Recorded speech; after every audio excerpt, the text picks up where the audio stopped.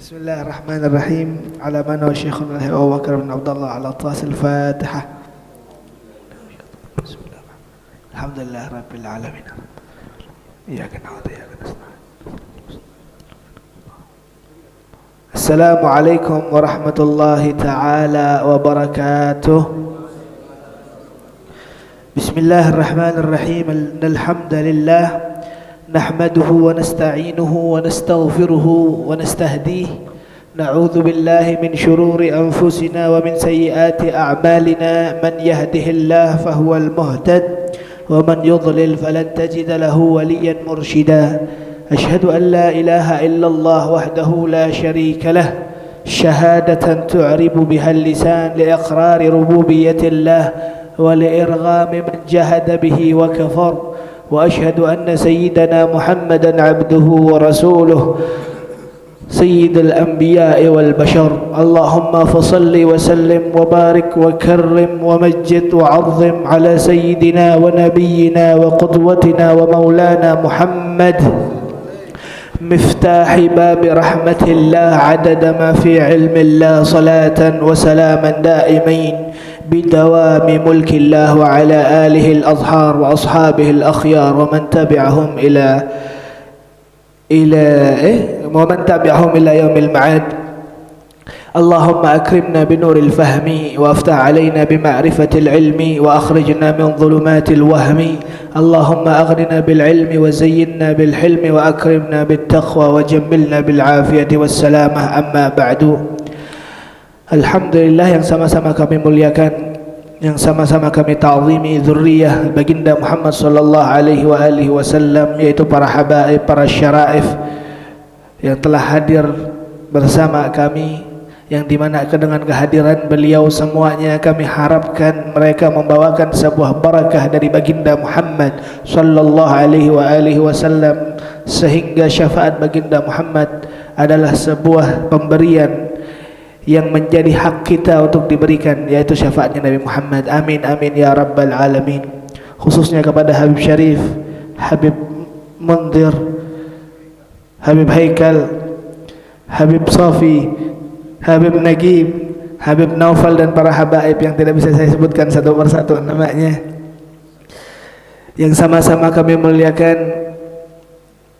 para alim ulama, para guru-guru kiai, khususnya kepada Ketua MUI cabang Teluk Sampit, yaitu Guru Al-Ustaz Mukhlis. Semoga beliau semua dipanjangkan umurnya oleh Allah.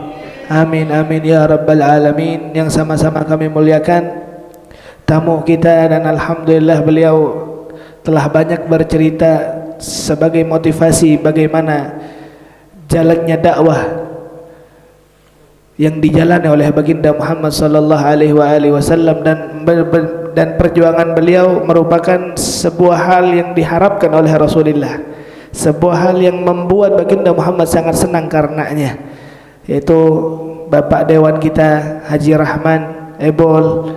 Dengan panjangnya beliau bercerita tadi, kita doakan bersama-sama semoga Allah lancarkan perjuangan beliau, semoga beliau Allah subhanahu wa ta'ala tambahkan kemuliaannya di hadapan manusia dan di hadapan Allah subhanahu wa ta'ala. Semoga Allah memberkahi kehidupannya, semoga Allah subhanahu wa ta'ala mengkabulkan hajat-hajatnya, dan semoga Allah subhanahu wa ta'ala menjadikan beliau sebagai pejuang dari pejuang agamanya Nabi Muhammad. Amin amin ya rabbal alamin. Yang sama-sama kami muliakan para hadirin wal hadirat yang dirahmati oleh Allah subhanahu wa ta'ala.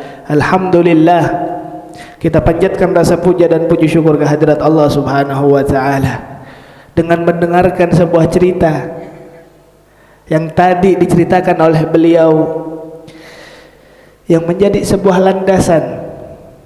Kita kembalikan kembali ke sebuah ceritanya Rasulullah di dalam sebuah penamaan salah satu tahun dengan penamaan tahun kesedihan, Amul Huzun, yaitu tahun ke-10 setelah bi'tsahnya Rasulullah, dengan meninggalnya dua orang. Siapa dua orang tadi? Sayyidah Khadijatul Kubra dan Sayyidina Abi Talib radhiyallahu taala anhu. Beliau sedih karena yang meninggal adalah pamannya serta istrinya yang tercinta. Apakah beliau dengan penamaan beliau yaitu sebuah tahun kesedihan. Apakah tahun kesedihan karena hanya dengan 2 orang tadi meninggal? Jawabannya tidak, ayyuhal hadirun.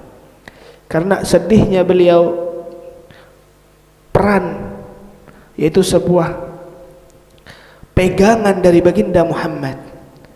Pamannya Abi Thalib yang selaku beliau adalah pejabat di kaum Quraisy pada saat itu. Beliau adalah seorang tetua ataupun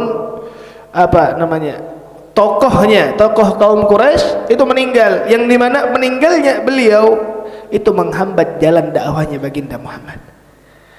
Jadi penamaan tahun huzun, amul huzun, yang kita tahu karena meninggalnya Abi Thalib sebagai pamannya ataupun sebagai ayah dari baginda Muhammad.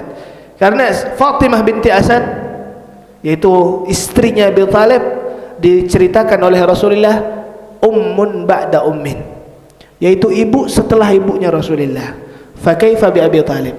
Abi Thalib yang dikatakan sebagai ataupun peran beliau di hadapan Rasulullah sebagaimana orang tuanya, sebagaimana ayahnya. Karena Abdullah, ayah dari baginda Muhammad, meninggal ketika Rasulullah dalam perutnya, dalam perut ibundanya. Maka subhanallah ayyuhal hadirun, sedihnya Rasulullah karena jalan-jalan dakwahnya Rasulullah sallallahu alaihi wasallam menjadi buntu karena meninggalnya seorang tokoh dari Quraisy pada saat itu. Sedih Rasulullah karena tidak bisa berdakwah. Yang kedua, baginda Muhammad ketika memenangkan sebuah peperangan, yuqal peperangan Badar. Peperangan apa? Badar. Yang dikatakan peperangan Badar ini adalah inti. Kalau seandainya di dalam peperangan Badar Islam kalah, maka runtuhlah agama. Inti. Alhamdulillah dimenangkan peperangan Badar oleh Allah.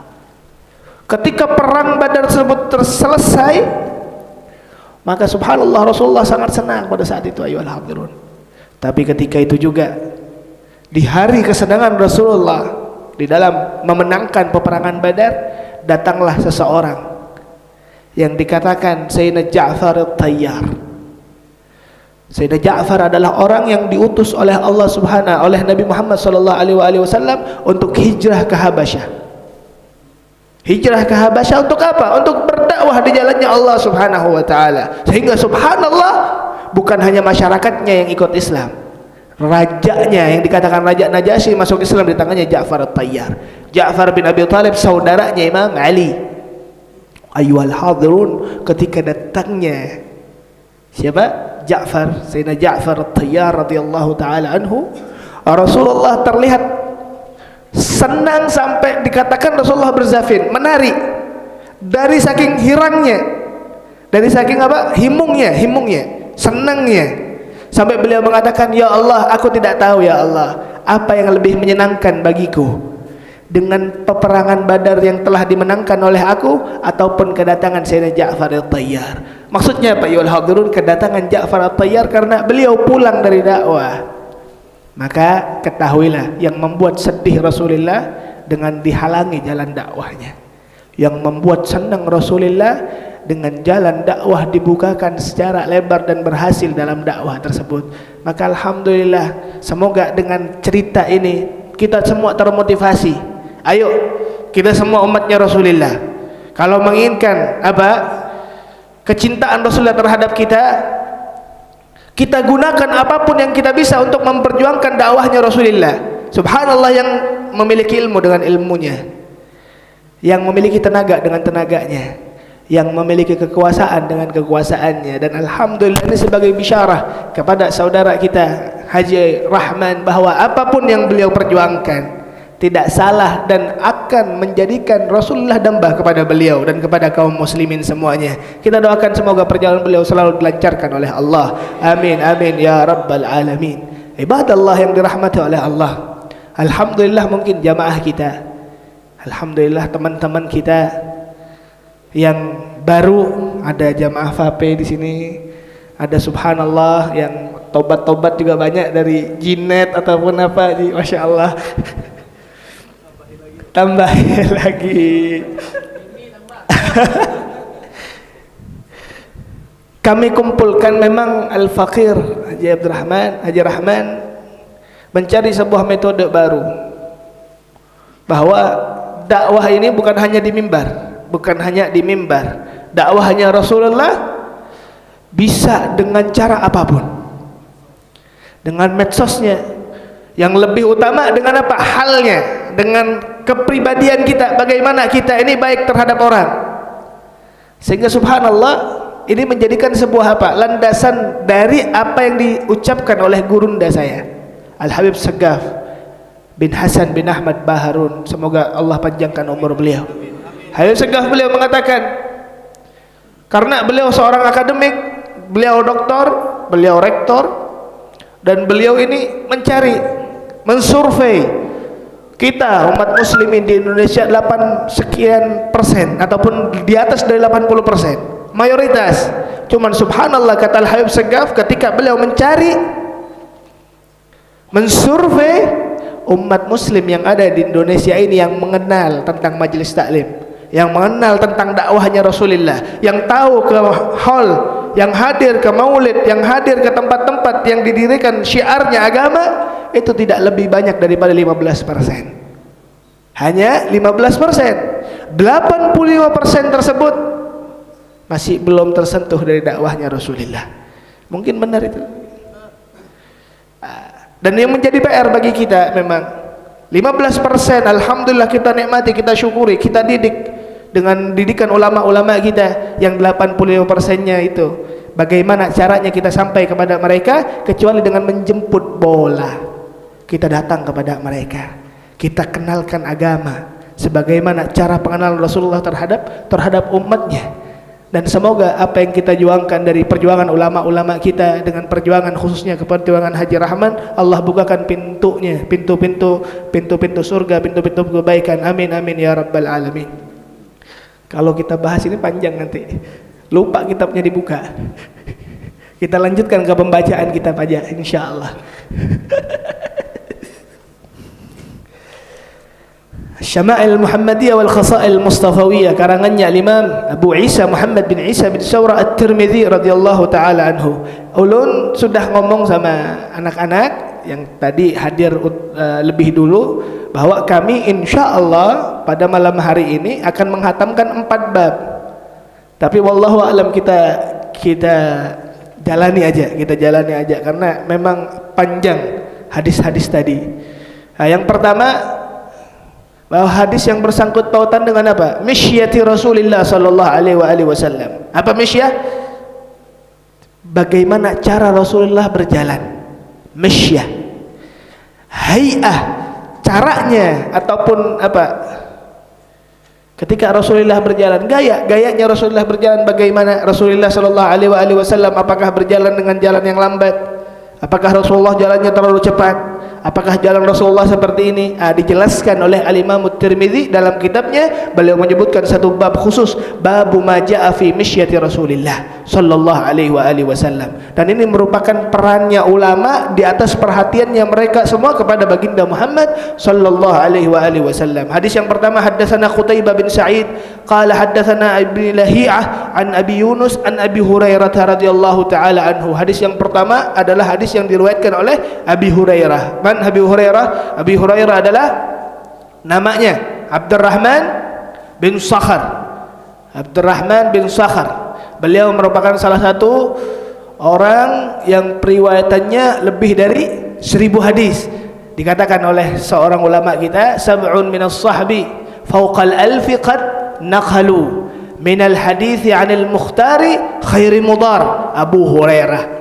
7 sahabat yang memiliki periwayatan lebih dari 1000. Salah satunya Abu Hurairah. Berapa hadisnya Abu Hurairah? 5.374 hadis. Beliau paling banyak. Padahal beliau berkumpul bersama Rasulullah hanya 2,5 tahun. Bayangkan. Karena apa? Li syiddati ta'alluqihi ma'an nabi. Karena beliau selalu dekat dan dempet kepada baginda Muhammad sallallahu alaihi wasallam, dan beliau sampai sekarang namanya disebut-sebutkan oleh kita. Walaupun kita tidak kenal beliau, cuman beliau dicatat namanya, diabadikan oleh Allah. Karena apa? Karena beliau berdempatan dengan sebuah makhluk yang sangat mulia, maka mulialah beliau. Nabi Muhammad sallallahu alaihi wasallam ataupun ulama kita mengatakan faza kalbun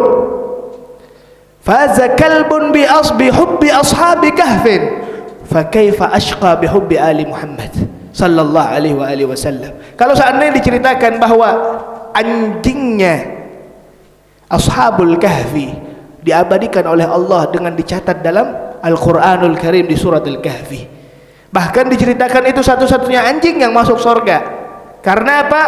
Karena kecintaan beliau kepada ashabul kahfi. Ashabul kahfi adalah wali min auliyaillah.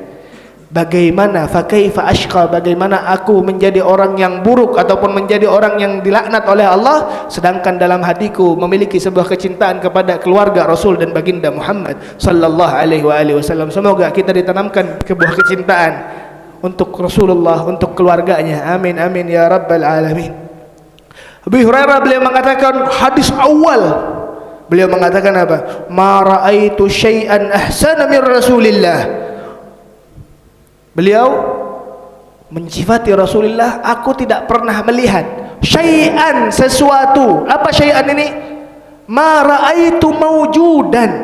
Aku melihat, aku tidak pernah melihat sebuah hal yang ada, sesuatu yang ada yang dipandanganku dari setiap keindahan di muka bumi ini, ahsanu min Rasulillah, yang dimana lebih indah daripada baginda Muhammad sallallahu alaihi wasallam. Maksudnya apa? Rasulullah lebih indah daripada apapun yang ada di muka bumi ini, bahkan apapun yang ada di seluruh dunia. Karena Rasulullah sallallahu alaihi wasallam diberikan sebuah apa?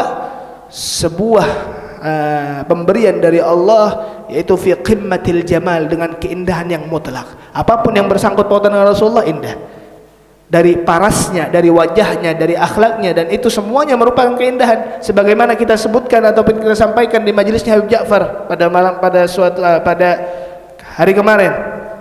Tayyib, beliau mengatakan apa? Ka'anna syamsa tajri fi wajhi, ka'anna syamsa tajri fi wajhi, seakan-akan matahari berada di wajah beliau. Maksudnya apa?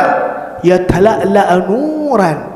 Rasulullah sallallahu alaihi wasallam parasnya ini bersinar. Bahkan kata Al-Imam Abdullah bin Abbas, beliau mengatakan ma dhahara Rasulullah sallallahu alaihi wasallam ma'asy-syamsi illa wa ghalaba nuruhu daw'un. Rasulullah, Abdullah bin Abbas ketika mensifati baginda Muhammad, tidaklah keluar Rasulullah di sebuah perjalanan pada siang hari ada sinar matahari. Beliau mengatakan tidaklah cahaya sinar matahari melebihi cahayanya baginda Muhammad sallallahu alaihi wasallam. Maka dari itu sifatnya Rasulullah tidak memiliki bayangan, karena bayangan ada karena kurangnya cahaya di situ. Rasulullah sallallahu alaihi wasallam melebihi sebuah apa? Sebuah, Allahumma sholli ala Muhammad, bingung jadi grogi di samping sidin ulun. Melebihi dari cahaya matahari. Diceritakan sebagaimana Al-Imam Al-Busiri, beliau mengatakan apa? Kalau kita memandang Rasulullah, membedakan antara Rasulullah dengan matahari, ataupun bagaimana seorang ketika mensifati Rasulullah, dia mensifati Rasulullah seakan-akan dia melihat matahari di dalam air. Sifatnya apa? Ketika mensifati Rasulullah, ketika kita bisa mensifati matahari ketika kita dalam air, tidak bisa. Atau bisa dengan sebuah sifat yang sedikit. Itu yang dikatakan oleh Imam Al-Busiri. Subhanallah, nur ala nur, nurun ala nur, cahaya. Ya Allah, semoga hati kita selalu dihiasi dengan cahayanya baginda Muhammad. Amin amin ya rabbal alamin. Wa ma ra'aitu ahadan asra'a fi mishyatihi min Rasulillah. Dan aku tidak pernah melihat, kata Sayyidina Abu Hurairah, apa? Seseorang yang lebih cepat jalannya melebihi baginda Muhammad sallallahu alaihi wasallam. Kenapa? Ka'annamal ardu tutwalah, seakan-akan bumi tersebut terlipat ketika Rasulullah berjalan. Cara berjalannya Rasulullah dengan sebuah perjalanan ataupun dengan gaya berjalan yang biasa-biasa aja.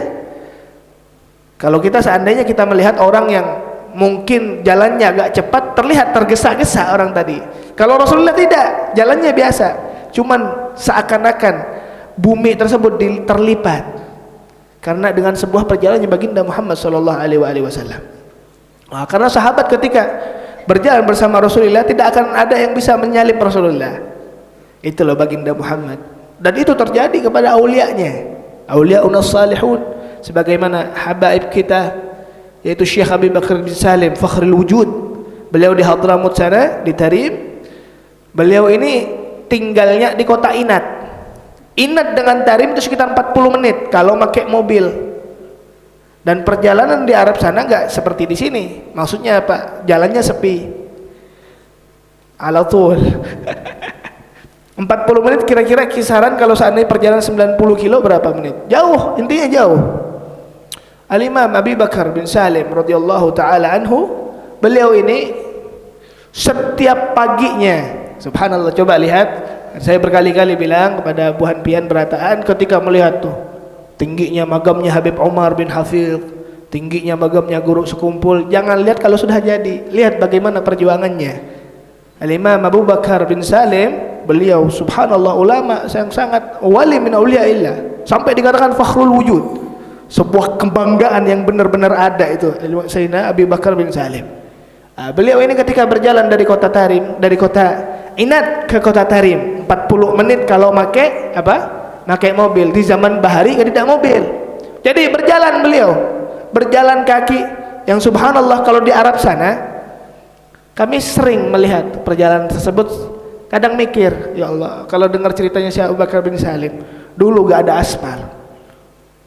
Dulu gersang dengan batu-batu yang tajam-tajam dan mungkin banyak apa ular-ular ataupun hewan-hewan yang berbahaya, dan juga banyak Pak, duri itu segini kadang. Bayangkan Syekh Abu Bakar bin Salim jalan pada malam hari, beliau di antara jam 2 sebelum subuh beliau datang berjalan dari kota Inat ke kota Tarim. Setiap subuhnya sampai meninggal 40 menit berjalan subuh. Sebelum subuh beliau sampai Tarim, apa yang beliau lakukan? Hikmahnya beliau sama agama bagaimana, lihat kan. Di Tarim ini kota kecil Pak, lebih dari 300 masjid. Di kota mungkin tidak sebesar Samuda, cuman masjidnya ada 300. Dan setiap masjid semuanya itu makmur dengan ibadah di dalamnya. Yang dilakukan beliau hikmah dengan masjid tadi. Beliau ambil air, bukan metik sanyo. Beliau ambil dengan menimba air di sumur pada saat itu. Beliau isi, selesai satu masjid, beliau isi lagi masjid yang lainnya sampai 300 masjid tersebut selesai ataupun terpenuhi dengan air. Ketika beliau selesai, baru beliau salat subuh. Beliau salat subuh, beliau lanjutkan wirid beliau dan kembali lagi ke kota Inat. Kalau seandainya tidak Allah yang memberikan sebuah karamah kepada beliau dengan dihimpitnya dengan melipat bumi, tidak akan bisa seperti itu. Ada sebuah cerita lagi, subhanallah, Syekh Abu Bakar bin Salim, beliau ini di perjalanan pengen ke kota Tarim. Apa yang dilakukan beliau? Beliau dalam keadaan puasa dan ingin, ya Allah, di perjalanan ini pengen berbuka di kota Tarim. Istilahnya Pak, buka puasanya di Tarim, bukan di jalan. Cuman hari sudah hendak tenggelam mataharinya. Beliau tunjuk matahari, berhenti biar di situ dulu. Ulun hendak masuk ke kota Tarim. Subhanallah, ketika masuk kota Tarim, orang-orang Tarim tuh komplain seberataan. Lawan Syekh Abu Bakar bin Salim, ya Abu Bakar bin Salim, ulun sudah nunggu ini. Mau buka sampai makanan sudah apa? Sudah dingin. Maka antum doakan tuh matahari biar jalan seperti biasanya. Ini terjadi di zaman baginda Muhammad. Rasulullah sallallahu alaihi wasallam ketika pulangnya dari Isra Mi'raj, ketika Rasulullah pulang dari Isra Mi'raj, apa yang dikatakan oleh Rasulullah? Adanya sebuah perdebatan di situ, pura-pura ikam nih dan seterusnya. Sehingga apa diceritakan? Nih, nanti salah satunya kata Rasulullah, tuh loh, rombongan orang Quraisy yang akan pulang akan sampai di hari fulan, di hari apa, anggaplah hari Selasa ataupun hari Senin. Di hari itu masuknya sebelum matahari terbenam, karena orang kafir Quraisy yang tidak percaya kepada Rasulullah ditunggu waktu itu. Memang kalau bujur kada datang nih kafilah, berarti Rasulullah pembohong. Rasulullah rada gelisah pada saat itu, soalnya matahari hendak terbenam, orang Quraisy belum datang rombongannya. Maka matahari tersebut tidak bergerak di tempatnya sampai orangnya datang. Itu sebuah sejarah. Apa? Inda dzikri shalihin tatanazzalar rahmat. Rahmat yang diturunkan oleh Allah ketika kita menyebutkan manaqib bahkan sirahnya baginda Muhammad sallallahu alaihi wa alihi wasallam. Tayyib. Hadis yang kedua diriwayatkan oleh haddatsani Ibrahim bin Muhammad, Muhammad bin Hanifah. Tayyib. Beliau adalah salah satu anak dari Sayyidina Ali bin Abi Thalib. Bukan dari pernikahan beliau dengan Siti Fatimah. Karena Sayyidina Ali adalah suaminya sama Siti Fatimah yang menjadi kakeknya para habaib. Cuman anak tersebut bukan dari anaknya Siti Fatimah. Habaib ini ada dengan perkawinan antara Sayyidina Ali dengan Sayyidatuna Fatimah Zahra. Ketika Rasulullah ataupun Sayyidina Ali bin Abi Thalib menikah dengan Siti Fatimah, tidak pernah terjadi sebuah poligami. Tidak pernah berpoligami Sayyidina Ali ketika menikah dengan Siti Fatimah. Cuman setelah Siti Fatimah meninggal, Sayyidina Ali menikah dengan beberapa wanita. Apa yang terjadi? Subhanallah ya hadirin, salah satunya Sayyidina Ali bin Abi Thalib pernah dijodohkan ketika beliau menikah dengan Siti Fatimah. Dijodohkan kepada satu anak dari Abi Lahab. Anak dari Abi Lahab dijodohkan buat Imam Ali, buat Sayyidina Ali bin Abi Thalib. Maka subhanallah terdengar kabar tersebut di telinga istrinya Rasulullah, yaitu sahabat Siti Fatimah Zahra. Maka Siti Fatimah yual hadirun marah. Dan ini sifatnya perempuan, cemburu memang. Tapi apa? Kabar tersebut sampai ke baginda Muhammad sallallahu alaihi wasallam. Apa kata Rasulullah? Rasulullah mengatakan apa? Fatimatun bid'atun minni yu'dhini man yu'dhiha. Fatimah adalah bagian tubuhku. Dia orang yang menyakiti Fatimah berarti menyakiti aku. Maka ketika melihat seperti itu, karena Siti Fatimah marah ke Imam Ali dan beliau mengatakan Rasulullah sallallahu alaihi wasallam, aku tidak mengharamkan apapun yang telah dihalalkan oleh Allah. Tapi kata Rasulullah tidaklah berkumpul anaknya Rasulullah dengan anaknya musuhnya Allah di satu orang. Maka tidak jadi menikah.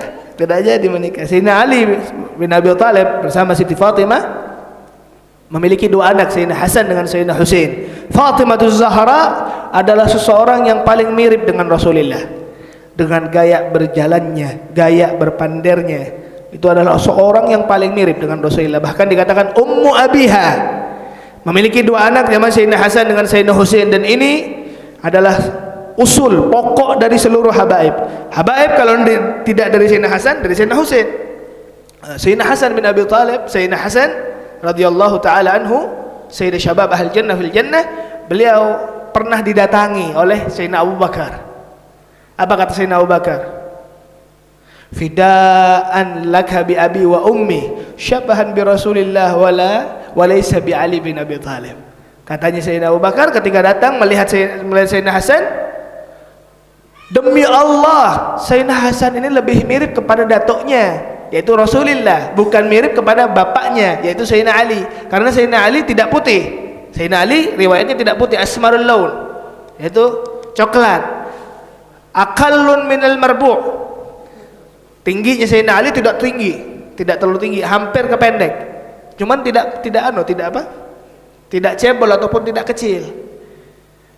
Badannya dipenuhi dengan otot Sayyidina Ali bin Abi Thalib. Bahkan diceritakan ototnya ini di antara ini dengan ini sama. Itu Sayyidina Ali.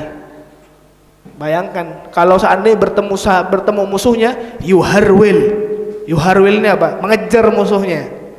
Makanya Sayyidina Ali bin Abi Thalib sangat diagung-agungkan sebagai panglima ataupun pendekar perang pada saat itu. Sayyidina Hasan bin Abi Thalib, Sayyidina Hasan bin Fatimah binti Rasulillah pernah cemburu terhadap salah adiknya Sayyidina Husain. Sayyidina Hasan datang. Bukan. Sayyidina Husain cemburu terhadap kakaknya Sayyidina Hasan.